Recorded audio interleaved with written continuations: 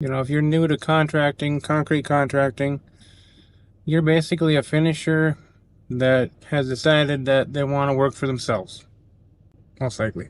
And until you've got some seminars and some business training and all that kind of stuff under your belt, you probably don't know much about the business side of things. And I know a lot of young guys just ask other contractors on Facebook groups or people that they know kind of what's the going rate, you know, and that's what they have to work within those parameters.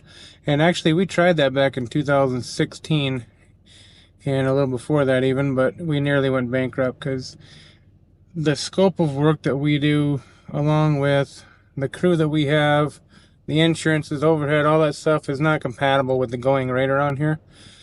So I decided pretty quickly that I needed to figure something else out. And the first number I think of most importance to a new contractor is your feet on the floor number. You need to take every one of your expenses from, if you've worked last year, it's easy. You can just find your expenses from last year.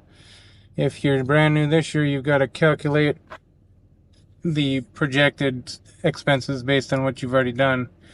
But you want to get that total number of everything you're going to have to spend, insurances, truck payments, all the different payments, everything you're going to have to pay every month. Add it all up, divided by the number of days that you can actually work.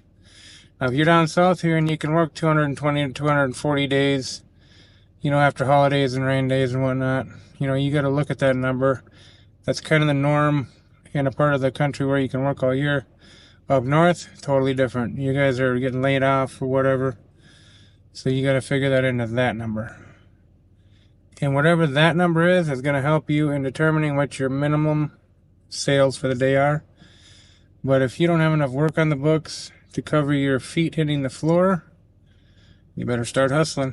I'm no expert. I don't even consider myself a successful businessman. I'd like to be a lot higher on the totem pole than I am.